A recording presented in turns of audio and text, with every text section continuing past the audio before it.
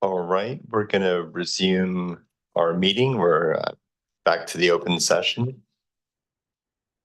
I think we got all the directors back at the table and our folks online. Good to see you, Sarah Cavanaugh, Sarah Plank, and Mary Louise Emmerich.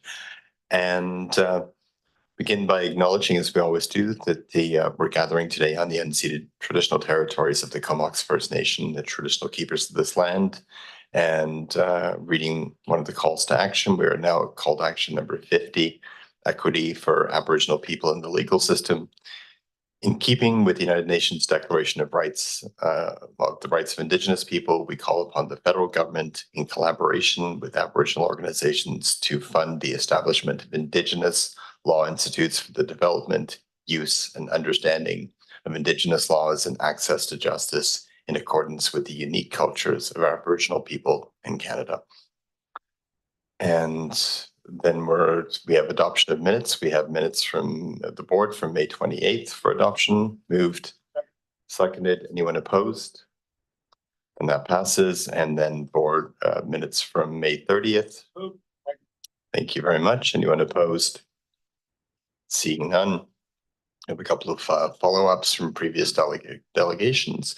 And the first one was regarding green burials. And CEO, I think you had a couple of comments to make on that. I did. Thanks, Mr. Chair. So as is our practice, following delegations at the subsequent meeting, we will provide an update to the board for any consideration of action you might want to take to follow up on those delegations.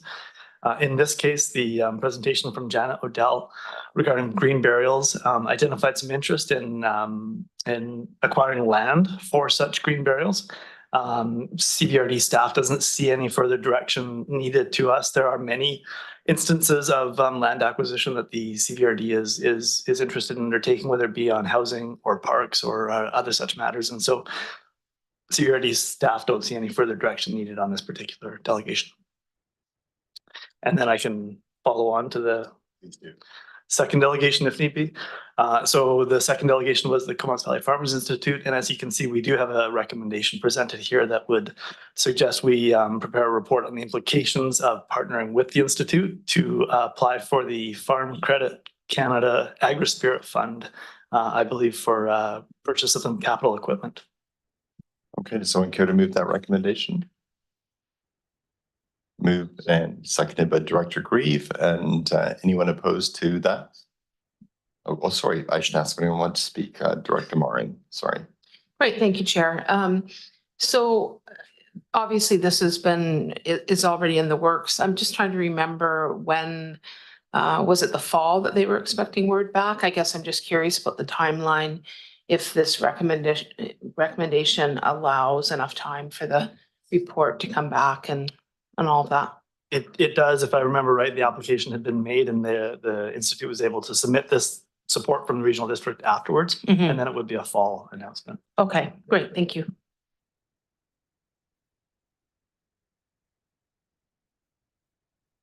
All right, thanks very much. No further questions. So anyone opposed to the recommendation?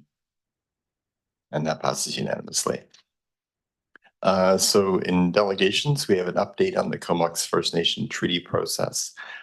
We have Sarah Cavanaugh, the senior negotiator from the Ministry of Indigenous Relations and Reconciliation, and also Sarah Plank from the same ministry, and from the federal government, Mary Louise Emmerich from, oh, I'm sorry, I'm forgetting the CERNAC. Thank you.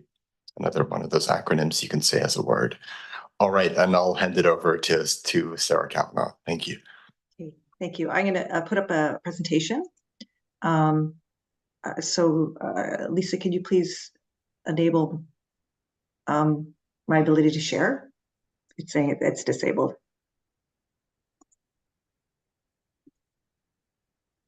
Okay.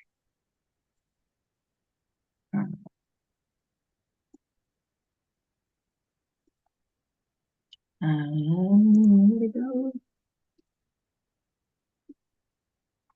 So I'm here today to provide an update on negotiations with my colleagues from Canada and Comox to the board and to the public generally, because we are nearing quite a significant milestone in our negotiations that we think that we would like to generate some public knowledge of it. So generally, though, I'd like to show that modern treaties have been being negotiated for over 30 years now in the province. And in 1992, there was the establishment of the BC Treaty Commission and the BC Treaty process. Subsequently, there was the Nisga'a Treaty that came into effect in 2000. That was not done under the BC Treaty process. It was done as a separate process. The modern treaties under the process that we have now are Tuasin, Manaut, and Clayaman, the last one being Clayaman in 2016. Since then, there's the Declaration on the Rights of Indigenous People Act, came into force in 2019, and the Recognition and Reconciliation of Rights Policy. Another significant thing that happened during this time period too is the federal government forgave loans that First Nations were taking on to actually engage in the negotiation process. And now we are nearing concluding negotiations with 3 modern treaties, one with Comox, one with Kitsillas, and one with Kitsim-Kalim, those last 2 being up in the Northwest. There's also several other negotiations going on in terms of treaty negotiations and other reconciliation agreements.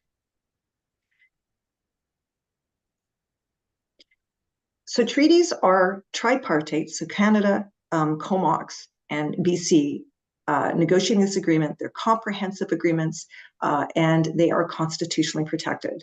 They are also living agreements, so they don't, they're not static. They don't stop in place once we sign or initial. They can evolve over time, and there's been a great deal of policy shifts over the last 10 years in terms of that.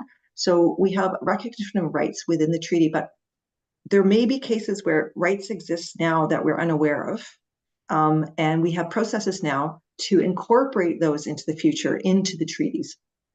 There's also periodic renewal, allows the parties to look at the treaty every 10 years to see if it's meeting its intended goals, and if there's been any improvements in other treaties that perhaps could be incorporated. So it's not a static document, it's something that evolves, and it shows the true partnership between the 3 treaty partners.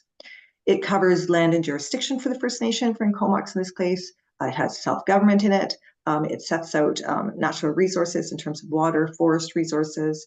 It also sets out a process for shared decision-making, and I can go into that a little bit more detail in a bit, and also fiscal relationship, how Comox government in particular is funded over the years. So in terms of the actual Comox treaty line, we have been in negotiations with Comox, the 3 parties, for 30 years. We started in 1994, and then in 2012, we signed an agreement in principle, and that identified rights and obligations and included some lands and resources, but it wasn't the complete package. Since then, we have been negotiating to reach this point. But in 2019, we did sign an agreement with Comox to revitalize the treaty negotiations, and the idea was to conclude negotiations in 2 years. That did get delayed a bit because of COVID, but now we are at a point where we are substantially complete. 2022, British Columbia and Canada provided a land and cash offer to Comox. The next year, at the same time in the fall, the federal government provided a revised capital transfer offer. That led to us signing a chief negotiators understanding, which sets out the vast majority of the topics that are agreed to. We believe we're substantially done, and set out the last few topics that we still needed to work on. Since then, we now have reached an agreement on all those outstanding issues, and so basically we're substantially complete. That means it triggers something that we called initialing. So the chief negotiators will initial, and we're targeting that for this summer. Once the initialing takes place, that triggers the ratification process. So Comox is the first to ratify, and it's a tripartite ratification process, but Comox takes the treaty to their membership for a vote, and that would be sometime in 2025. If ratified by the Comox membership, that then would trigger BC and Canada introducing settlement legislation, and that's our ratification process. And over those many years of negotiating, we have engaged with the public to provide updates with local governments in particular, and we have engaged with overlapping nations and to meeting our consultation obligations to them, and we continue to do that. We continue to meet with overlapping nations. So as I mentioned before, we have been meeting with the public on a regular basis, but we see this as a tripartite. We're all committed to this. So Canada, BC, and Comox do this tripartite in a tripartite manner. And we have done direct engagement with the public. We've done open houses. Last couple of years, we did some open houses, 3. We did a virtual open house. We set up treaty information booths on Canada Day a couple of years ago, and BC Day, nautical days, market days. And from that, we developed a report, which we called What We've Heard Report. And two substantial themes that came out of that engagement was that there was a high level of support for treaty and reconciliation broadly, but there was a desire to see it happen faster, because 30 years is a long time to be negotiating to get to this point. Once we do initial, though, engagement will continue. So we will be engaging specifically with particular interest groups, local governments, the public. We'll be doing probably more open houses. Anyone that might be impacted by the treaty, we're meeting with those specific permit or tenure holders, and any adjacent landowners too. We've been contacting them. And as I mentioned earlier, we continue to consult with overlapping First Nations who have shared territory within the treaty area. So this is the treaty area. This is Comox traditional territory, running down from Arrington area up to the Sayward Valley area. And within that area, Comox under the treaty will receive about 3,500 hectares of land as treaty settlement land, with an option to purchase an additional 1,600 from BC in the future, and over time. So Comox would own their lands and they would manage their lands. So they would have lawmaking authority, they'd do their own zoning, do land use planning, and develop the land and use it as they see fit. The Comox lands are different from other treaties in the sense that the vast majority will be private, and that's to reflect makeup of the Comox Valley, which is mostly private, less Crown land, as opposed to different parts of the province, which is predominantly Crown land and less private. So those lands that are deemed private would only be accessible by the public with permission from Comox. But having said that, we have identified certain lands in the treaty that would continue to be accessible by everyone. So Williams Beach, Wood Mountain, which is the old Forbidden Plateau ski hill area. And then there will be tribal parks. So Sandy Island, which I think commonly known as Tree Island, would continue to be accessible for recreation, along with Wildwood Forest. So Wildwood Forest would be a park for 49 years from effective date, and then after that, it would become public land. So if there are existing permits or tenures or licenses on the Comox lands, they would either continue under provincial management or be replaced by an equivalent Comox tenure, okay? Or they may be compensated or moved to another area. So the lands, as I mentioned, at effective date will be about 3,500 hectares. There's some up near the village of Sayward in the top corner, the inset, and along the Salmon River Valley. You can see the vast majority of the land will be down in contiguous parcel. It will be down in Union Bay. And then there's the other parcels I mentioned earlier. We have the Forbidden Plateau area. We have Wildwood Forest. Obviously Comox's reserves. Williams Beach is a significant parcel, Sandy Island, Goose Spit, and then there's a very small parcel on Denman Island and a parcel on Hornby Island. So altogether that will account for about 3,500 hectares of land that Comox will own and manage as treaty settlement land. Also in the treaty, there will be self-governance, and the treaty recognizes Comox's right to self-governance, and they may create laws in the following areas. I won't read them all out, but it's not an obligation that Comox must make laws in these areas. They can draw down these lawmaking authorities when they see fit, but there's no vacuum of laws created because provincial and federal laws also apply at the same time. So if they choose not to draw down a particular lawmaking authority, provincial and federal laws will be in there. If they do, the treaty sets out, okay, if Comox has a law and BC or Canada has a law and there's a conflict, in the treaty we set out which laws prevail. So for each lawmaking authority, we do that. The treaty also sets out Comox's harvesting rights, so they will have the right to hunt wildlife and fish and harvest plants in domestic use in their traditional territory, so on Crown lands or Georgia Strait for fishing, and also that these rights are limited by conservation, public health, and public safety. Comox under the treaty will have the right to trade and barter, but if they choose to sell some of their domestic or food, social, ceremonial, if they try to sell it, it must be in accordance with federal provincial law. Comox under the treaty will also receive an elk allocation as it's an allocated species, and that will be as a percentage of the total allowable harvest. And Comox will submit harvesting plans to the minister, who will approve or change those according to conservation issues or in consultation with other First Nations. Within the treaty too, there's a shared decision-making process chapter, which sets out a process for negotiating shared decision-making agreements that would be outside of the treaty. So there could be in the future shared decision-making agreements in parks or wildlife, fish. There will be one in regards to the Comox estuary, where we will be looking at doing a consent agreement with Comox on some land act dispositions within the estuary. But that is the only one that will be in place at effective date. The other ones will be triggered by this chapter, and that triggering is actually the negotiation of those agreements. We also have parks chapters that sets out BC and Canada's obligations around consultation for Comox in terms of parks, establishing parks or changing boundaries. And it also sets out Comox's rights to harvest within federal parks. We also have environmental assessment chapters, which talk about how Comox will be involved in the environmental assessment process off their treaty settlement land.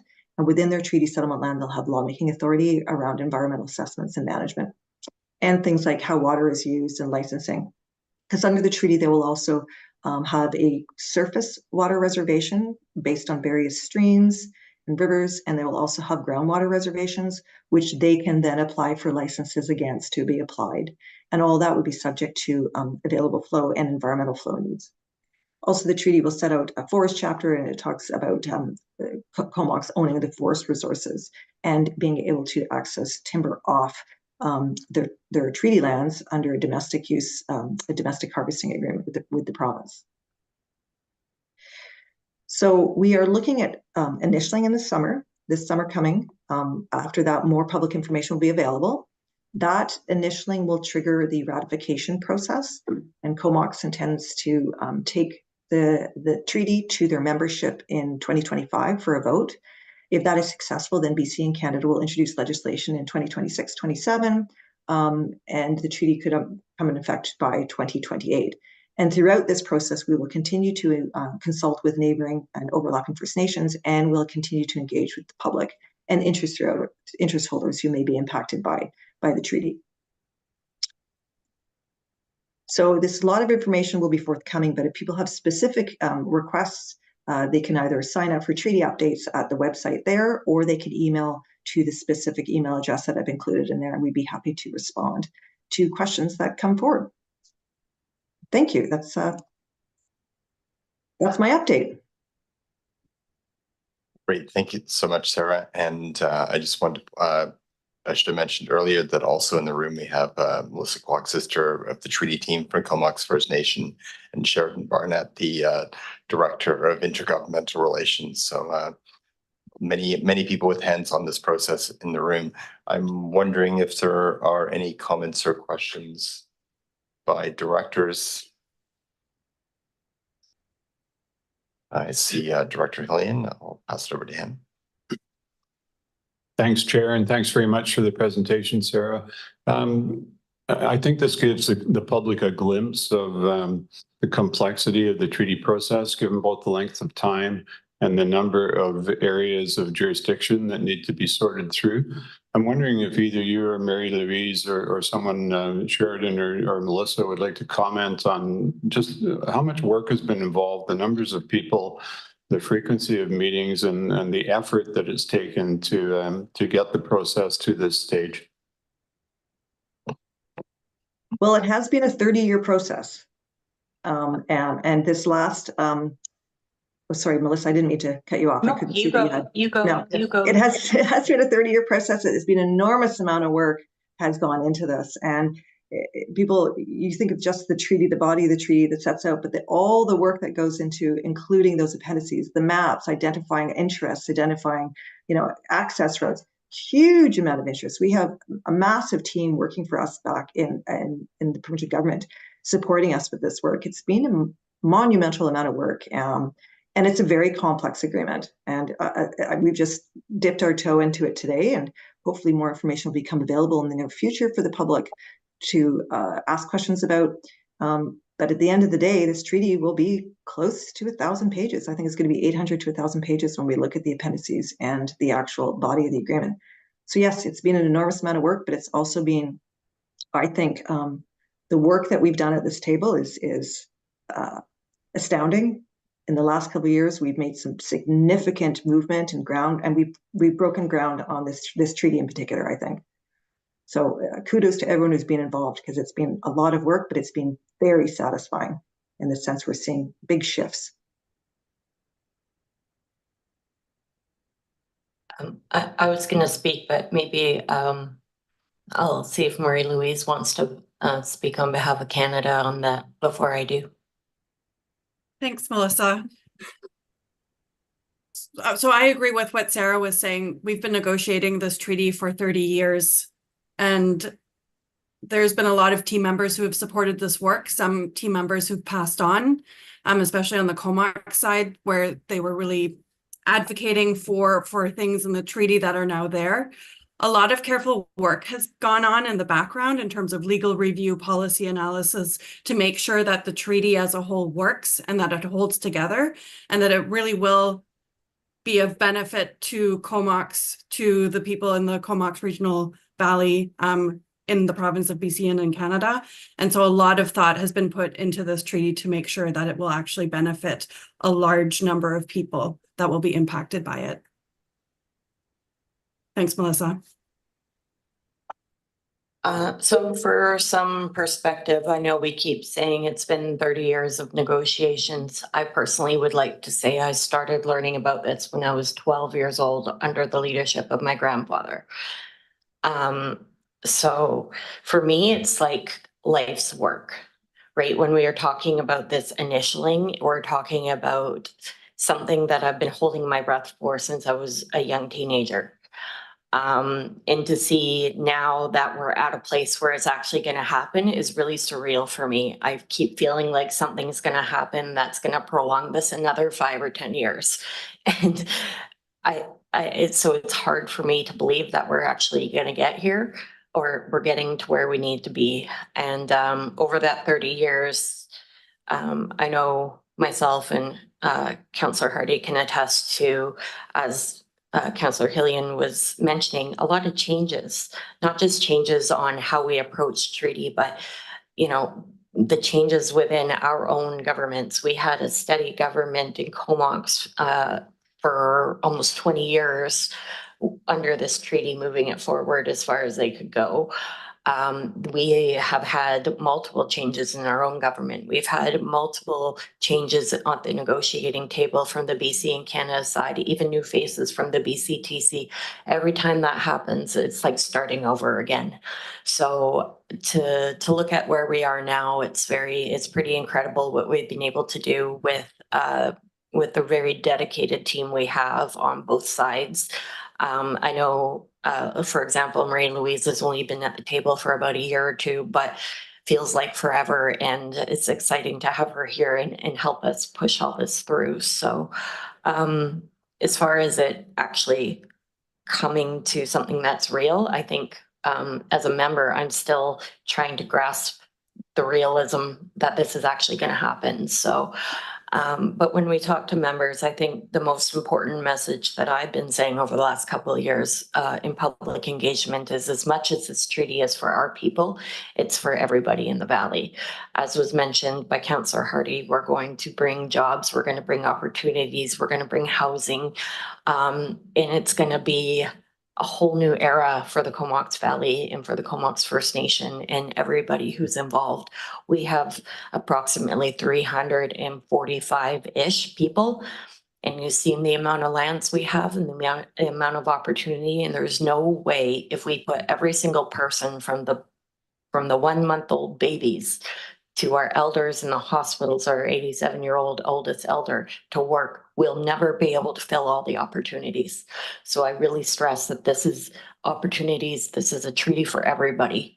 And the example of reconciliation we're going to be able to set in this territory, in the Valley, it's going to be monumental. And again, it's about you too. You're a part of it as much as we are. And I just wanted to say a special thank you to Doug Hillian for being at our table for many years, as well as Rod Nichols still participates. And it feels really good to have people on our side rooting for us all the time, holding us up, and to know you guys have our backs is really great. So we thank you so much for that. And I think I'll just leave it there for now. Thank you, Melissa. And I think your personal sort of tale of just how long and how many generations this has taken and the act of faith that has been required to keep restarting and restarting and restarting.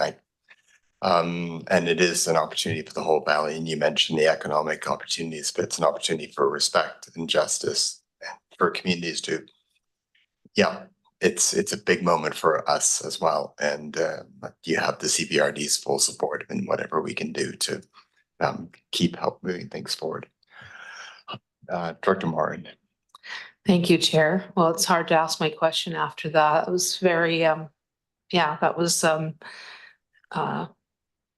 really touched me, the words, like to think of about being that young and kind of waiting for this moment that hopefully it's going to come for you. So thank you for sharing that. I think it makes it really real for everybody.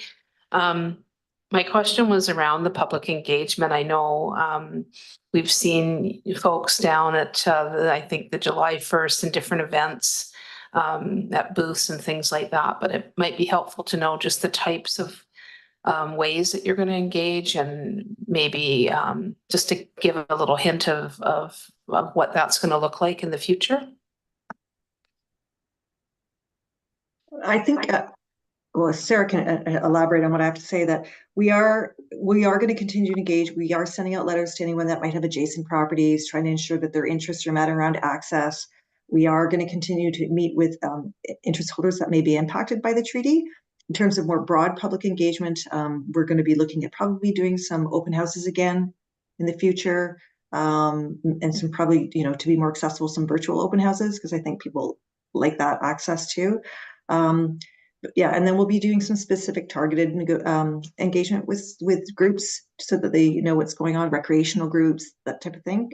Because Sarah, do you want to jump in if that's fine? That's great. Thank you.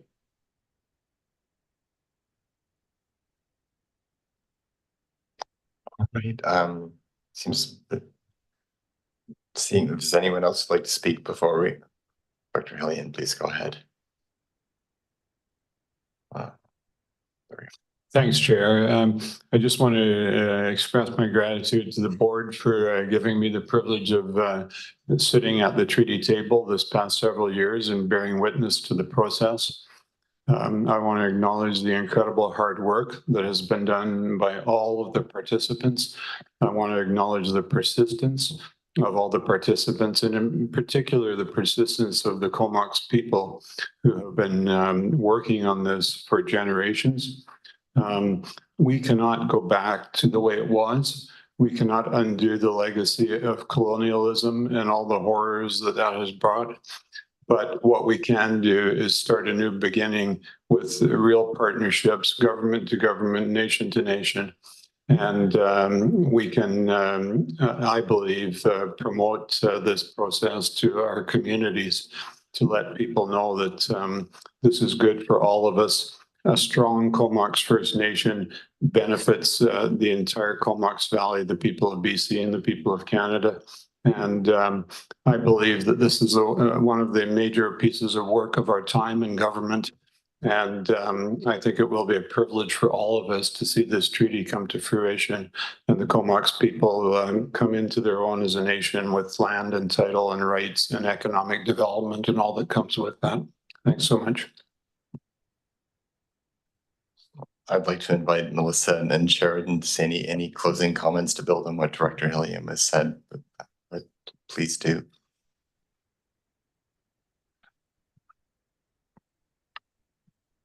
I guess just in closing from us, to reiterate, we really appreciate the support and the relationship we've been building over time as well.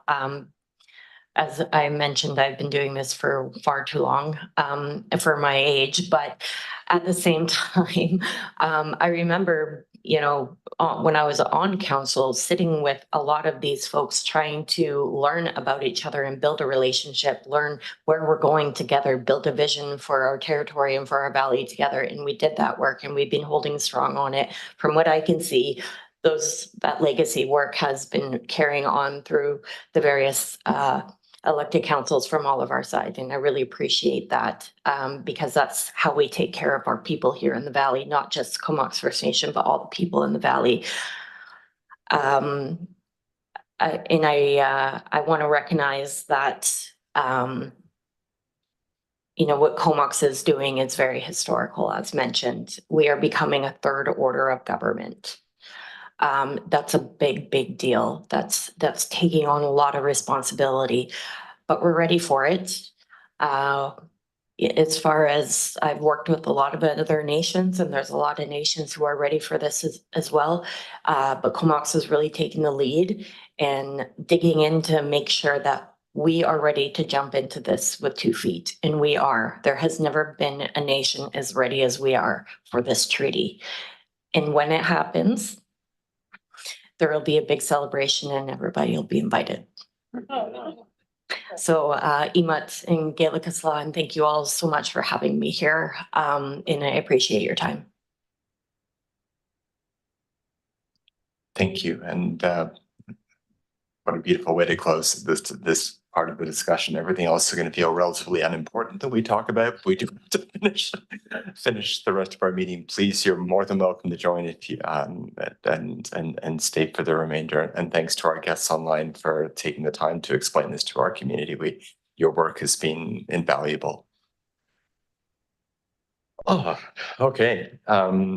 So we now move on to, again, things that's to reports, the 2024 corporate plan, and move receipt, and someone second that. Thank you very much, and I'll pass that over to our CAO. Thank you, Mr. Chair. So to the very unimpressive 2024 corporate plan compared to the presentation we just received. No, this is the an annual report to the board on the corporate activities, and it reflects your strategic planning approach. It speaks to the core services that you have established to try to simplify and demystify some of the regional district processes. It speaks about your key initiatives that you've identified and working towards delivering on those services. It also sets in written form the drivers that you've determined as being your priority areas to see your services delivered through. I don't have much more in the way of presentation. The document is attached. It would be posted online. It's available as for the public to consume. And certainly if you have any questions on any pieces of the corporate plan, we're more than happy to respond.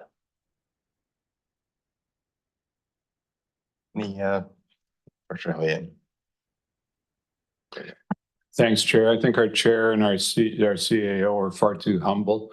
I think this is a first-class document that highlights all of the great work that this regional district is doing.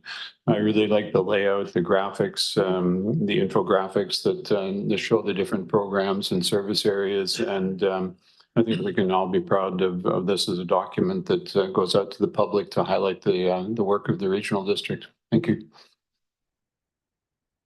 And thanks for saying that, Director Hillian. I think it is in a really important way that we, and I thank staff for all the effort to produce such a clear and coherent and beautiful representation of the work that's done in the valley that we live in. And seeing no other questions, receipt is on the table. Anyone opposed to receipt? All right, and then now perhaps a less inspiring document, the Statement of Financial Information, Sophie 2023, and I'll move receipt. Second, someone? Thank you, and I'll pass it over to our CAO. Thank you, Mr. Chair. And Tina will be presenting the Statement of Financial Information report with, I believe, with a brief presentation, and then we'll be able to take any questions from there. Tina. Thank you to the chair, to the director. So today we have the Statement of Financial Information for the Comox Valley Regional District for the year end December 31st, 2023, also known as Sophie for your consideration. So this report needs to be approved before June 30th by the board each year. And you will see all the reports and schedules are kind of familiar. And it's already attached in the agenda.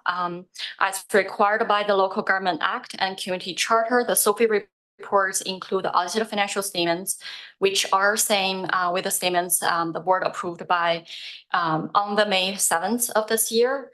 Also have the schedules of guarantee and indemnity agreements, schedule of enumeration, expense for elected officials and the staff.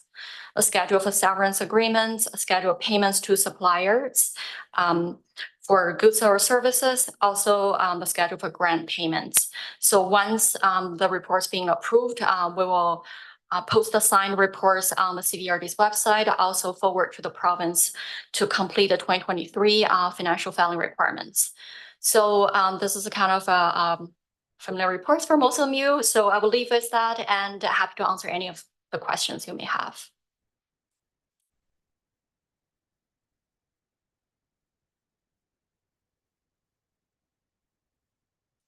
All right, well, seeing no questions, thank you so much. And we'll just go to, we have a motion for receipt on the table. So any opposed to receipt? That passes unanimously. Thank you. Okay, perfect. And that's been moved and seconded and even thirded, I think. And so any opposed to recommendation? That passes unanimously. And then move on to some minutes from the Sewage Commission from May 28th. Thank you. And any questions? Any opposed to receipt? Passes. And now the May 28th Regional Parks and Trails Committee minutes. Okay. Moved and seconded. Any comments? Any opposed? That passes. And now we're going to move into bylaws and resolutions. And for adoption, we have bylaw number 764, the CVRD weed control regulation bylaw. And that's the vote of the areas. 764. Okay, thank you. And for the areas, anyone opposed? Any questions? Okay, perfect. And this is also a vote of the areas. This is the adjudication ticketing bylaw number 679. Thank you. And second. Thank you very much, Dr. Morin. And the areas, anyone opposed? Passes unanimously. Let's see, now we're at thank you very much. So it all moved on the screen. I lost my place for a second. At 823, we just the Regional District Municipal Ticketing Bylaw number 104. Moved, seconded. Thank you. Any opposed? And that's finally adopted. And now we are at bylaw number 520, amendment number 17. It's also a vote of the areas. Okay. Thank you very much. Any opposed to adoption? And that passes. And we're moved up again. Now we're electoral areas, park regulations, bylaw number 103 for final adoption. Moved and seconded. Thank you. And that's a vote of the areas. Any questions? And that passes unanimously. And finally, the Northern Fire Services Area Administration Bylaw. This is areas B, C, and D. People can't wait for me to finish this. Any opposed? And that passes unanimously. There's no new business, no addendums, no media questions. So we'll just take a, oh, sorry. So we have Director Greaves. Go ahead. Thank you very much, Mr. Chair. I would be remiss if we let this meeting slip by without making a little announcement that, as some of you know, last week at Federation of Canadian Municipalities, our own chair ran for a table officer position with the Canadian or the BC caucus. And not only did he get that, but he was actually voted chair of the BC caucus of FCM. So I think a little round of applause is.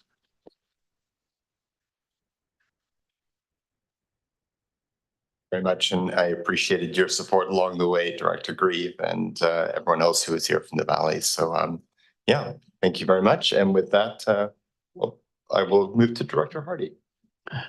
I'd like to pass along my condolences. It's unpaid work, but I love it and happy to do it. But I do catch your sentiment there for sure.